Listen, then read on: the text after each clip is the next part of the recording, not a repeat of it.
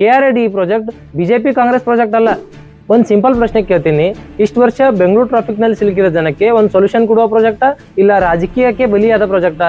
ನಾನು ಮಾತಾಡ್ತಿರೋದು KRAD ಬೆಂಗಳೂರು ಸಬ್ urban rail project. ರಾಜ್ಯ ಸರ್ಕಾರ ಯಾಕೆ ಸಪೋರ್ಟ್ ವಿಡ್ರಾ ಮಾಡ್ತು? ಈ ಪ್ರಾಜೆಕ್ಟ್ 2020ರಲ್ಲಿ ಸ್ಯಾಂಕ್ಷನ್ ಆಯಿತು. ಸುಮಾರು 15,000ಕ್ಕೂ ಅಧಿಕ ಕೋಟಿ ವೆಚ್ಚದ 126 ಕಿಲೋಮೀಟರ್ ಪ್ರಾಜೆಕ್ಟ್ ಇದಾಗಿತ್ತು. ಸಿಟಿ, ಏರ್ಪೋರ್ಟ್, ಸಬರ್ಬ್ಸ್ ಕನೆಕ್ಟ್ ಮಾಡೋ ಪ್ರಾಜೆಕ್ಟ್. ಇದು ಫ್ಯಾನ್ಸಿ ಐಡಿಯಾ ಅಲ್ಲ, ಡೈಲಿ ಆಫೀಸ್ ಹೋಗೋ ಮಿಡಲ್ ಕ್ಲಾಸ್ ಜನಗಳ ಪ್ರಾಜೆಕ್ಟ್. ಗ್ರೌಂಡ್ ರಿಯಾಲಿಟಿ ಏನು? ಲ್ಯಾಂಡ್ ಅಕ್ವಿಸಿಷನ್ ಆಗಿತ್ತು, ಸ್ಟೇಷನ್ಸ್ ಕನ್ಸ್ಟ್ರಕ್ಷನ್ ಶುರು ಆಗಿತ್ತು, ಕಾರಿಡಾರ್ಸ್ ಅಪ್ರೂವಲ್ ಸಿಕ್ಕಿತ್ತು, ಟೆಂಡರ್ಸ್ ಆಲ್ರೆಡಿ ಓಪನ್ ಆಗಿತ್ತು. ಅಂದರೆ ಪ್ರಾಜೆಕ್ಟ್ ಪೇಪರ್ನಲ್ಲ, ಗ್ರೌಂಡ್ನಲ್ಲಿ ಆಲ್ರೆಡಿ ನಡೀತಾ ಇತ್ತು. ಇವಾಗ ಟ್ವಿಸ್ಟ್ ಏನು? ರಾಜ್ಯ ಸರ್ಕಾರ ಸಡನ್ಲಿ ಸಪೋರ್ಟ್ ವಿಡ್ರಾ ಮಾಡ್ತು.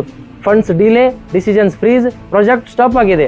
Officially no, but practically speed break ಹಾಕಿದಂತೆ ಸಿಚುವೇಶನ್. ಇದರಿಂದ ಇಂಪ್ಯಾಕ್ಟ್ ಯಾರ ಮೇಲೆ? ಪಾಲಿಟಿಷಿಯನ್ಸ್ ಅಲ್ಲ, ಆಫೀಸರ್ಸ್ ಮೇಲೆ ಕೂಡ ಅಲ್ಲ. ಡೈಲಿ 2-3 ಗಂಟೆ ಟ್ರಾಫಿಕ್ನಲ್ಲಿ ಟೈಮ್ ಕಳೆದುಕೊಳ್ಳೋ common man, IT employees, airport passengers, ನನ್ನಂಥ ಸ್ಟೂಡೆಂಟ್ಸ್ ಮೇಲೆ. ಬಿಗ್ ಕ್ವಶನ್, ಒಂದು ಸಿಟಿಗೆ ಫ್ಯೂಚರ್ ಮೊಬಿಲಿಟಿ ಬೇಕಾ ಅಥವಾ ಪಾಲಿಟಿಕ್ಸ್ ಈಗೋ ಸ್ಯಾಟಿಸ್ಫೈ ಮಾಡೋದು ಇಂಪಾರ್ಟೆಂಟಾ? ಪ್ರಾಜೆಕ್ಟ್ ಡಿಲೇ ಅಂದರೆ cost increase, people suffering increase. KRAD project BJP Congress project ಅಲ್ಲ, ಇದು Bengaluru survival project. Government support withdraw ಮಾಡಿದರೆ ಪ್ರಾಜೆಕ್ಟ್ ಅಲ್ಲ, ಜನರ ಭರವಸೆ ವಿಡ್ರಾ ಆಗುತ್ತೆ. Change your decision are the people will change there support.